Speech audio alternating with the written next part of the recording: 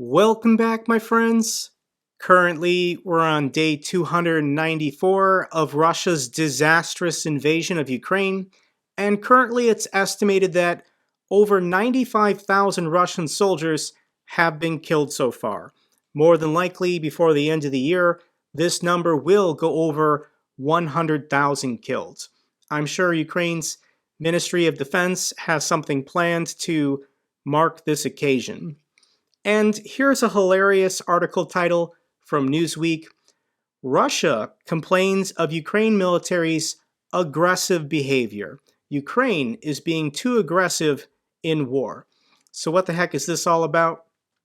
A senior Russian diplomat has complained to Turkey about the aggressive behavior of Ukraine's military as fierce fighting continues on multiple fronts amid freezing winter conditions.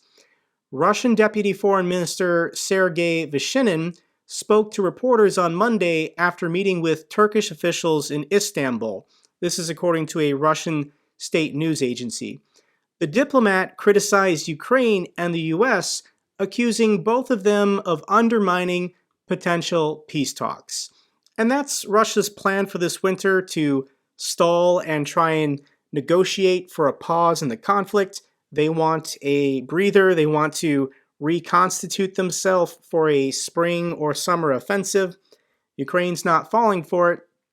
And of course, they're going to continue HIMARSing Russian headquarters and ammunition depots and troop concentrations. So Russia can just keep crying about it. Here's the war map on deepstatemap.live. And once again, not a lot of movement. I mentioned this in all my videos that it's currently mud season in Ukraine, but here is a video put out by Ukraine's defense ministry showing you exactly how bad the mud can get in Ukraine.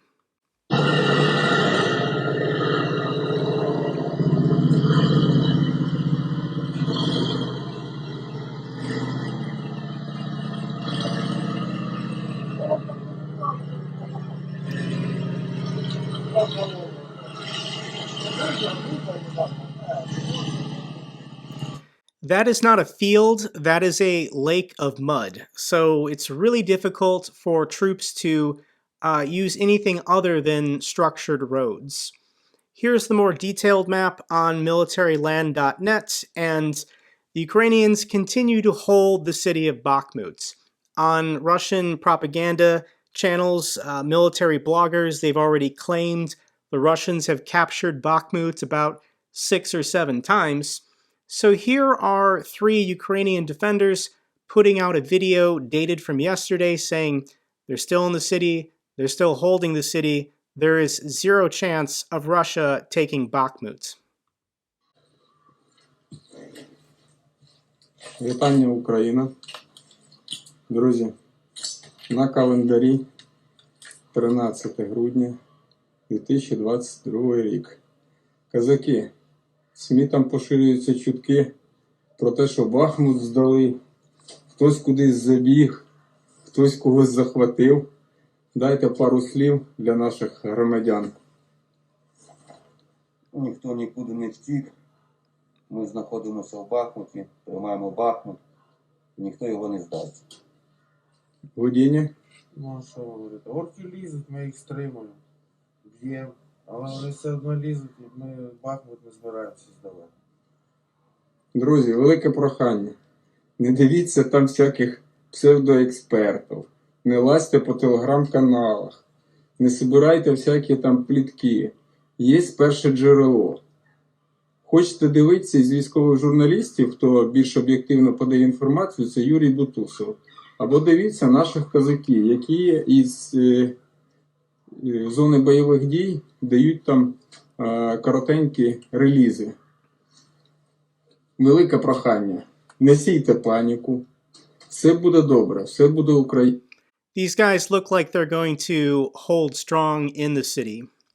So that's what's currently happening in the east, what's happening in the west, and Ukraine has begun striking critical bottleneck points around the city of Melitopol. So the big news is that this bridge was destroyed not by HIMARS, but by explosives planted underneath. And you can see on a detailed map here, if the Ukrainians take this city, they're going to be coming from the north or from the west. So they need to cut off resupply efforts for the Russians from the east. So this bridge right here was a critical bottleneck point, and the Ukrainians looked like they took this bridge out of commission. For an update on what might be coming soon, let's check in with Macer Gifford. He's a British national volunteering to fight for Ukraine, currently serving with the 131st Recon Battalion. On Twitter, he posts almost semi-daily when he has reliable internet access, serving on the front lines. He was crucial in the liberation of the city of Kherson, and currently you can see he's in the city of Odessa. Let's listen to about 1 minute of what he has to say. Yeah, so in terms of the front line, as I've already said, it's very challenging. It's very difficult to describe exactly what's going on without really giving a huge amount away in terms of what the plans are for the units, for the battalion, and what's going to happen. I strongly suspect, and what I will say, is that it's not going to be a quiet winter for us, and it's certainly not going to be a quiet winter for the Russians. We are going to keep up the momentum. We're going to keep up the attacks, and hopefully the Russians, who are so desperate for a bit of peace and quiet, and are so desperate to reorganize and rearm and come back to the front with fresh troops, they're going to rue the day that they ever thought that was ever going to happen. Because one thing I can say is our unit is moving once again. So I do have some business. So Macer, who's currently serving on the front lines, says that plans are in motion, they're on the move. This is bad news for Russia. And more bad news for Russia. You can never have enough bad news, but a deal to finally send Patriot missiles to Ukraine is imminent. This is going to be probably announced by the Pentagon. The United States plan is reportedly progressing to send Patriot air defense systems to Ukraine amid talk of Iranian ballistic missiles being sent to Russia. So I think the fact that Iran is militarily helping Russia, this pushed the United States over the edge in order to greenlight finally sending them our best air defense system capabilities. Patriot missiles are as good as they get. More bad news for Russia is, hallelujah, Ukraine and Germany have entered into negotiations on the delivery of Leopard 2 tanks. And there's been this back and forth for the last 10 months of which tanks are best to give the Ukrainians. Up until this point, it was find any Soviet-era equipment in any of the Eastern European countries, have them donate that to Ukraine because the Ukrainians already know how to operate and maintain those vehicles, and then backfill and replace with Western, more modern tanks. But Ukraine needs all the help they can get, and I think a deal with Germany has finally been struck. Why the Leopard 2 over, for example, the Abrams? The Abrams is just too heavy, probably, to handle going over roads and bridges in Ukraine, and it just requires way too much maintenance. Whereas with the Leopard 2, and I think this is the biggest selling point, is that if they need repairs, Ukraine can send these tanks back to either Poland or Lithuania. I think a lot of this captured Russian military equipment is finding its way back to Poland or Lithuania, and those countries are helping Ukraine repair, refit, and upgrade these vehicles to be sent back to the front lines in Ukraine. So it's very inspiring how much cooperation is going on in Eastern Europe currently in order to help the Ukrainians get the heavy equipment that they need. More bad news, Russia is relying on degraded ammo according to the Pentagon. So what is this all about? Russia is increasingly relying on degraded, potentially dangerous to handle artillery and rocket rounds, in some cases produced more than 4 decades ago, as Russia's stockpiles of munitions are depleting after more than 9 months of a full war in Ukraine. What does this mean? Reliance on older ammunition has resulted in a lot of duds or worse, says the Pentagon official. You load the ammunition and then you cross your fingers and hope it's going to fire. Or wherever it lands, you hope that it'll actually explode. So when munitions degrade over time, just think of the chemicals inside the rounds. If it's been over 20, 30, or 40 years, that round is no longer reliable. Either you're going to put it in the gun and it's not going to fire, or if you do fire it off, it won't explode on impact, or worst case scenario, it explodes in the barrel. Russia is taking this risk by now using and relying on munition stockpiles that are 30 or 40 years old. So for that reason, Putin doesn't feel like talking to the press, talking to the world. Putin has canceled his annual press conference for the first time in over a decade. And Putin loves giving this press conference. It's one of his favorite things he does every December. And to show you what one of these looks like, this is BBC reporter Steve Rosenberg. He posted Putin's annual conference that he did 2 years ago. This is 2020. So let's listen to Steve Rosenberg's question and watch how Putin reacts to it. Steve Rosenberg, BBC News. Господин президент, все чаще звучит фраза «новая холодная война» по отношению к России и к Западу. И мы слышим, как регулярно Россия винит в этой напряженности внешние силы. Да? То Америку, то Великобританию, то НАТО. Но, находясь у власти 20 лет, вы не считаете, что вы несете хоть долю ответственности за плачевное состояние этих отношений? Или нет? Или вот российские власти белые пушистые? Чувствуем ли какую-то ответственность за то, что происходит? Я чувствую ответственность за то, что происходит с Россией, с ее народом.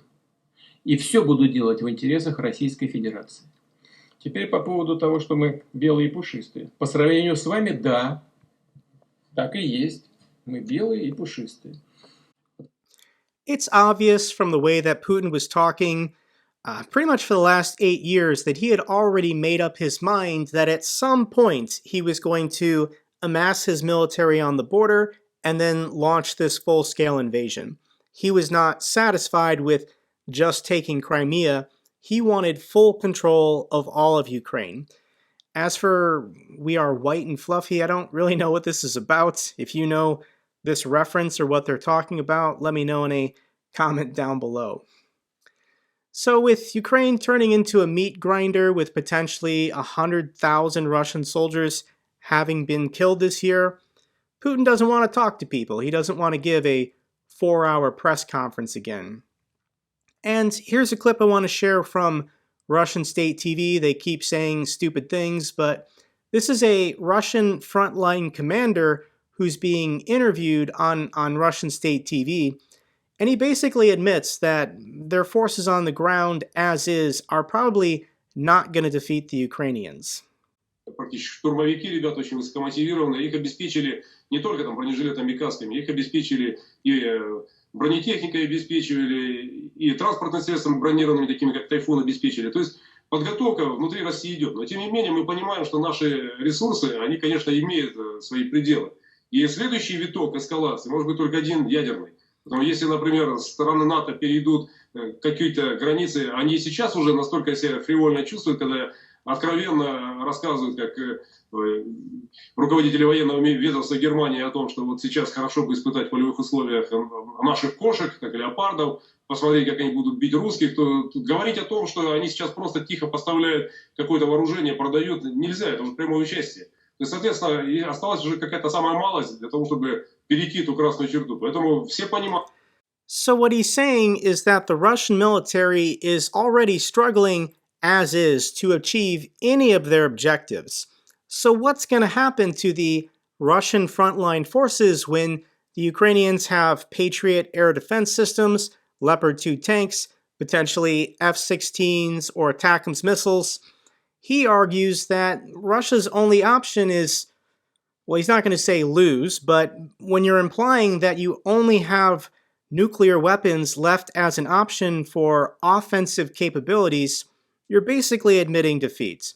But if you watch my channel, you know that I've made the argument that Putin personally has nothing to gain and everything to lose by using nuclear weapons, but for a frontline battle commander, yeah, to him it's logical. They're losing. They're eventually going to have to use nukes if they have any hope of winning this war.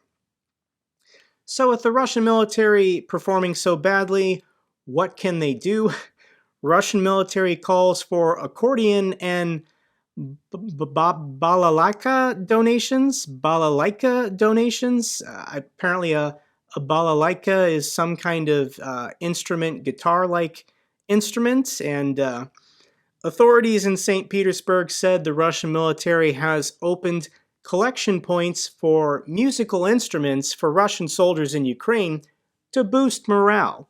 So these Russian soldiers, they don't have medicine, they don't have body armor, they're not getting enough food, but they'll have an accordion. That sounds balanced and sounds like it's going to make a difference on the front line. Here's a hilarious clip of humanitarian aid coming from Russian civilians, making it to the soldiers on the front line if it's not stolen on the way there. Let's watch about 30 seconds of this clip together. Вот и монгольский сельсовет гуманитарку отправил. Тут крема, руки мыть. Можно на хлеб, наверное, мазать, кушать. Тут коробка целая. Мыло. Мыло, ладно, но. И тоже крема шахтерские, коробка. Вот это покажи. Вот это. И рубашки нам тут носить. Вот так вот. И все это. So they're being given soap, hand cream that he says they might be able to use on some bread, and then fancy dress shirts for going out on the town and romanticizing some local Ukrainian ladies, I guess. Next clip for you is of President Zelensky being interviewed by American TV show host David Letterman, and David Letterman asks him the question, what do you want to do after Ukraine wins this war?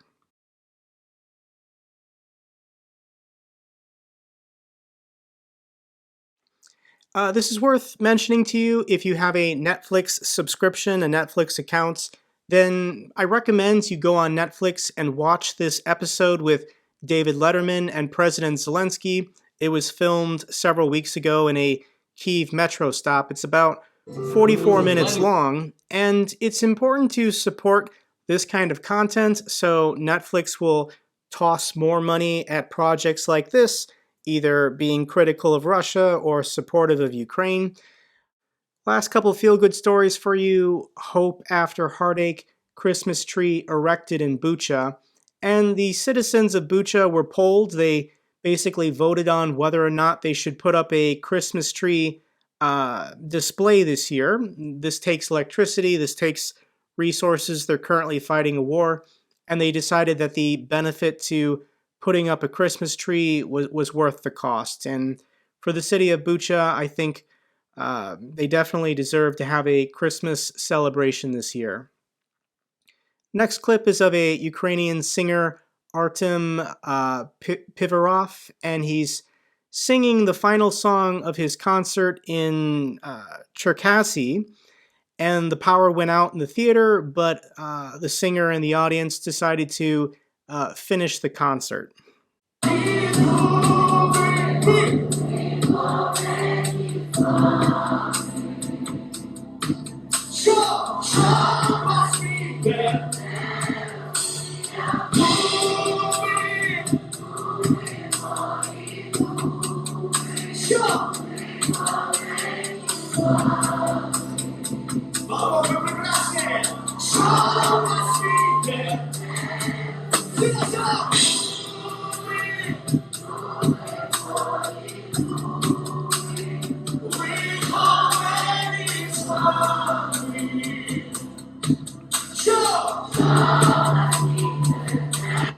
That's beautiful.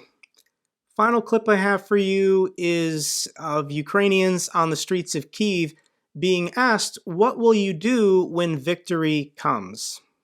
Певно, заплачу. Якщо це емоції, А далі, не знаю, буду радіти, святкувати це. Після нашої перемоги поїду втору країною. Хочу відвідати як можна більше міст. Відмичу його добре. Ну, соберу всю родню і будемо відмічати. Поїду додому. А куди якщо? Запоріжжя, а потім в Крим на море. Відсвяткуємо. Святкую з дітьми і онуками.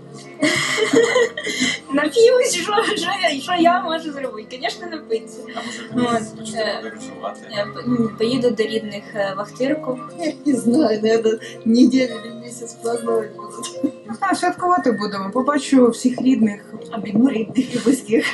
Після нашої перемоги поздоровлю всіх рідних і близьких, що залишилися живі. Дуже важко відповісти, тому що стільки було вже всього передумано, що хотілося б зробити.